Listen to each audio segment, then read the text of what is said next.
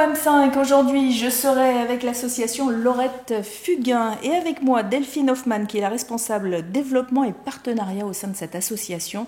Si vous ne la connaissez pas encore, ce sera l'occasion de la découvrir. Delphine, bonjour. Bonjour. Alors l'association Laurette Fugain, qui était ou qui est Laurette Fugain ? Alors Laurette Fugain était une jeune fille de 22 ans qui a été atteinte par une leucémie et qui est malheureusement décédée des suites de sa maladie. Mais elle a initié un combat absolument fantastique. Elle avait le souhait au fond d'elle de pouvoir sensibiliser l'ensemble de la population à l'importance des dons de vie, tous ces dons de sang, plaquettes, moelle osseuse, qui sont indispensables pour permettre aux patients de mener son combat contre la leucémie. Donc c'est elle qui a initié le mouvement et la famille a fait le reste. Tout à fait. En fait, cette association est vraiment née de l'échange entre Laurette et sa maman, Stéphanie Fugain, qui est la présidente de notre association. Et c'est ensemble qu'elles ont eu cette envie de mener un combat qui soit festif, positif, enthousiaste, pour redonner envie aux gens de donner et comprendre les enjeux fondamentaux autour de ce geste du don. Alors, c'est pas évident comme combat, j'allais dire, parce que aujourd'hui encore, même si on est en près de 2015, de l'année 2015, on a encore peur de donner. Alors, on s'aperçoit qu'il y a... C'est quoi ? C'est la peur d'avoir mal ? C'est la peur de donner quelque chose qui vient de soi ? Qu'est-ce que vous en pensez ? Alors, on s'aperçoit qu'il y a surtout beaucoup d'idées reçues. Et c'est tout le travail que nous avons à faire, à la fois quand nous avons la chance d'avoir une vitrine médiatique et de pouvoir en parler dans les médias, et également dans toutes les actions de terrain que nous allons mener au quotidien, puisque on se rend compte que finalement, ce qui va freiner le passage à l'acte, ce sont ces idées reçues. Effectivement, la peur d'avoir mal, la peur que ce soit risqué, et puis toutes les petites contraintes pratiques derrière lesquelles on va se cacher, alors que finalement, faire ce geste du don, c'est vraiment participer à un élan de vie. Et le bonheur du donneur, qui est quelque chose sur lequel on communique assez peu, c'est quelque chose de fantastique. Quand on a été tendre son bras et donner un petit peu de soi et qu'on sait qu'on va contribuer dans la chaîne de guérison du patient, on repart, on a des ailes dans le dos. Alors on a l'habitude d'entendre le don de sang. Tout simplement, on se dit oui, il y a des hôpitaux qui régulièrement font des appels, ils ont besoin de O+, de A-, enfin bon. Et là, c'est très différent par rapport à votre association. C'est un don aussi de sang ou de plaquettes ou de moelle. Mais comment ça se passe en réalité ? On va aussi à l'hôpital faire ça ou il y a un endroit spécial pour aller donner ? Alors, la spécificité de l'association, c'est qu'on va sensibiliser sur tous les dons de vie. Il faut savoir que de sa naissance à la fin de sa vie, on peut être donneur. À sa majorité, on peut être donneur de sang, de plaquettes et de plasma. Ces différents dons se réalisent dans un établissement français du sang. Vous allez sur le site internet de l'association Laurette Fugain, www.laurettefugain.org, et vous verrez toutes les informations sur les centres qui pratiquent ces prélèvements. Certains sont dans des univers hospitaliers, pour répondre à votre question, et d'autres sont au cœur de la ville. Donc après, à chacun de choisir, mais finalement, c'est très simple. Ensuite, à sa majorité également, on peut décider de devenir donneur de moelle osseuse. Devenir donneur de moelle osseuse, c'est se faire référencer sur un fichier et accepter de répondre présent si un jour on était compatible avec un patient. Cette démarche se passe également dans les mêmes centres de l'établissement français du sang. Il suffit de se faire connaître en fait. En fait, on passe un entretien médical, comme pour tous les dons, on répond à un questionnaire et on rencontre un médecin. On a une simple prise de sang ou un prélèvement salivaire qui va permettre de déterminer ce qu'on appelle votre typage HLA, pour le dire de façon plus simple, votre compatibilité génétique potentielle avec un patient en attente d'être greffé. Donc ça, c'est une deuxième démarche qu'on peut faire à sa majorité. Il existe également le don de sang de cordon, qui est un don magnifique qu'on peut faire quand on donne la vie, puisqu'en fait, dans le cordon ombilical, il y a des petites cellules souches en quantité très importante, très dense, et donc ces cellules souches peuvent permettre également de faire une greffe de moelle osseuse.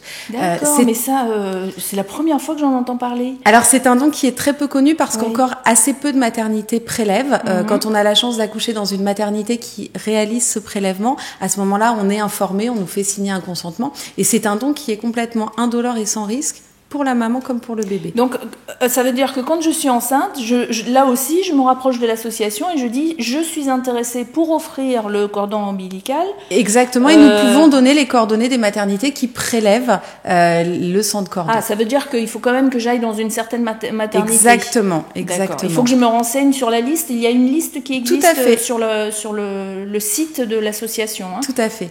Donc ça, c'est encore un autre don. Il y en a beaucoup partout en France ou c'est encore rare ? Ça pourrait encore se développer. Ouais, d'accord. Bon, vous irez sur le site et vous verrez la liste. Si vous êtes dans le coin, dans les parages, ça sera évidemment plus facile, plus simple pour vous. Donc, don du sang, don des plaquettes, don de plasma, don de moelle osseuse, don de sang de cordon, et enfin, après sa vie, on peut également faire don de ses organes. Alors, sur le don d'organes, une seule chose à avoir en tête, qui est très importante, c'est que la seule chose qui compte, c'est de communiquer sa position à ses proches.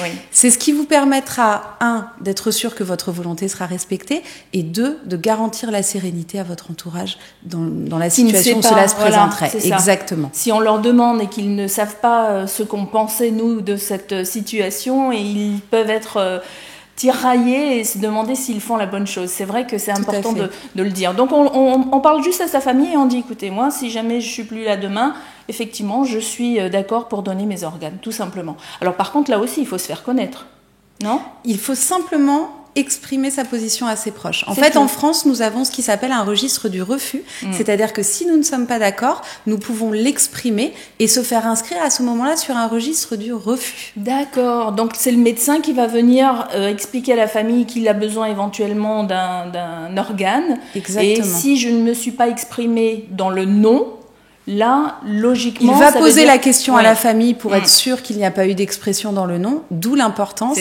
d'avoir communiqué sa position à ses proches. C'est important, le don d'organes. C'est vrai qu'on n'en a pas conscience. C'est important et c'est simple aussi. Est-ce qu'il y a des gens qui ne peuvent pas donner ?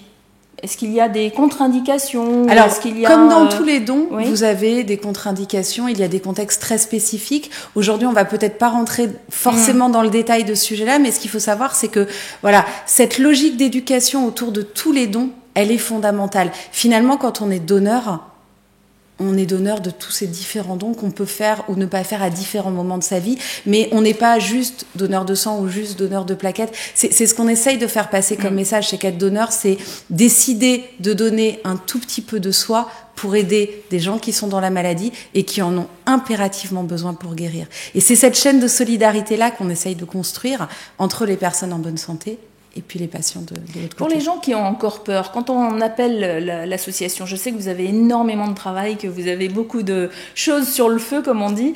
Est-ce que vous avez le temps d'expliquer et de rassurer les gens sur leurs inquiétudes par rapport aux dons ? Alors, le fait de faire tomber les freins et de rassurer, c'est le cœur de notre travail sur le terrain, évidemment. Notre objectif, ça va être de dédramatiser, ça va être de faire tomber toutes ces résistances. Alors, comment est-ce qu'on va le faire ? Typiquement, pour les gens qui ont l'appréhension de la piqûre, on va leur dire, écoutez, regardez, c'est très simple, il suffit de tendre son bras, et de fermer on se pince 2 petites secondes, on le fait pour de vrai. Et puis ensuite, on peut regarder une vidéo, on peut lire, on peut discuter. Donc, on essaye de faire tomber ces appréhensions. Et une de nos spécificités dans l'association, c'est qu'on essaye toujours de le faire avec le sourire, qu'on est dans l'enthousiasme et qu'on est dans la relativisation. Qu'est-ce qu'un petit pincement de 2 secondes quand on amène la vie dans la chambre d'un patient ? C'est certain. Bon, moi, je vais vous dire, j'aime pas les piqûres. En général, quand je donne mon sang, je ferme les yeux ou je tourne la tête de l'autre côté. C'est vrai que ça pique un petit peu, mais après, ça passe. Alors, est-ce qu'il y a des complications au don ? Alors, il y a des contre-indications, pas des complications. C'est-à-dire que vous avez en fait... Au niveau santé, je parle. Oui. Le fait de donner sa moelle osseuse, est-ce que ça va éventuellement me donner des maladies ou je ne sais quoi ? Alors, ce qu'il faut se dire, c'est que tous les entretiens médicaux que vous allez passer avant les dons, les questionnaires que vous allez remplir, ont justement pour objectif de garantir la sécurité qui est liée à ces dons. Le seul objectif, c'est de faire en sorte que la sécurité soit garantie pour le donneur, qui évidemment va faire un geste généreux, donc il va juste repartir avec des ailes dans le dos et aucune autre complication.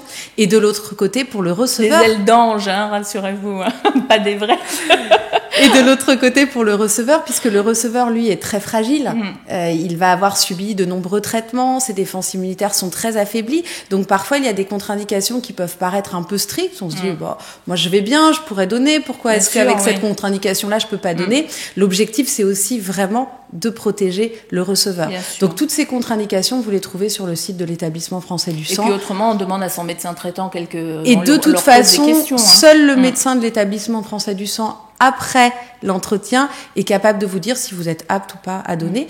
Quand on ne peut pas, pour des raisons de contre-indication, ce qui arrive, on peut avoir des contre-indications temporaires ou définitives, on a toujours un rôle à jouer. le rôle de passer le message. Et on insiste beaucoup là-dessus parce que si chacun d'entre nous décide de passer ce message, de le prendre à cœur et de le distribuer autour de soi comme un cadeau, eh bien, c'est comme ça qu'on arrivera à répondre aux besoins des patients. C'est comme ça qu'on va avancer. Et dans l'émission d'ailleurs de l'association Laurette Fugain, il y a aussi l'aide aux familles et la recherche médicale. Vous faites beaucoup de choses en ce sens. Alors, notre mission globale, c'est la lutte contre la leucémie, qu'on organise autour de 3 missions principales. La mobilisation autour des dons de vie, on vient d'en parler. Le financement de la recherche médicale sur les leucémies. Il faut savoir qu'il y a encore énormément à faire. De beaux progrès ont été réalisés, mais il y a quasiment autant de types de leucémie que de patients. La leucémie est presque une maladie rare. Donc, il y a énormément de travail à faire pour pouvoir trouver des traitements pour tous les types de leucémie. Et dans quelle mesure vous les aidez? C'est-à-dire que vous faites des appels aux dons et ensuite vous leur remettez de l'argent chaque année, c'est ça? Nous finançons des projets de recherche médicale qui sont sélectionnés par un conseil scientifique composé d'une 15aine de professeurs en hématologie qui vont évaluer et retenir les projets de recherche les plus porteurs d'espoir. Ce sont des projets que nous finançons sur 2 ans avec beaucoup de rigueur. On fait des conventions juridiques, on demande des rapports intermédiaires très détaillés aussi bien au niveau financier qu'au niveau scientifique et ensuite on verse la deuxième partie de la somme. Voilà, on a un contrôle qui est très important et on sait de façon très concrète où va chaque euro qu'on va collecter sur le terrain, sur les projets de recherche. Parce qu'il y a eu des histoires qui ont fait peur aussi aux gens par rapport aux dons, là, non pas de vie, mais de dons d'argent. Donc on peut aider en donnant un peu d'argent à l'association, on peut aider en donnant un peu de soi aussi, non pas à l'association là, mais à quelqu'un qui en a besoin.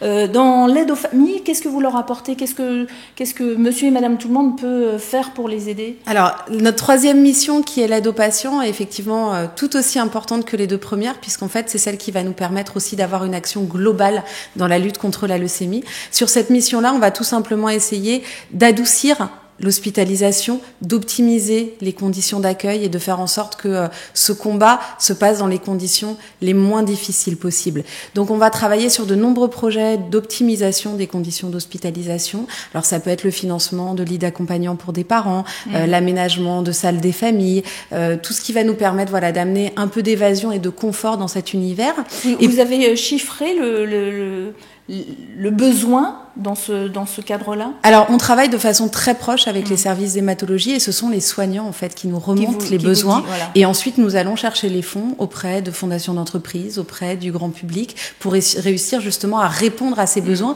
qui nous sont exprimés par les patients. Donc, si une famille, justement, vit ça aujourd'hui, à quelqu'un qui souffre de leucémie à l'hôpital et qu'il s'aperçoit qu'il y a des choses qui pourraient être améliorées, il peut remonter l'information vers l'association aussi. Complètement. La seule façon d'avoir une action concrète auprès des patients, c'est d'avoir connaissance des besoins. Cette connaissance des besoins, on peut l'avoir par les soignants, mais également par les familles. Alors, on essaye également de porter des projets un peu précurseurs à l'hôpital, et notamment, cela fait maintenant 2 ans que nous portons des projets de développement de l'activité physique en service d'hématologie.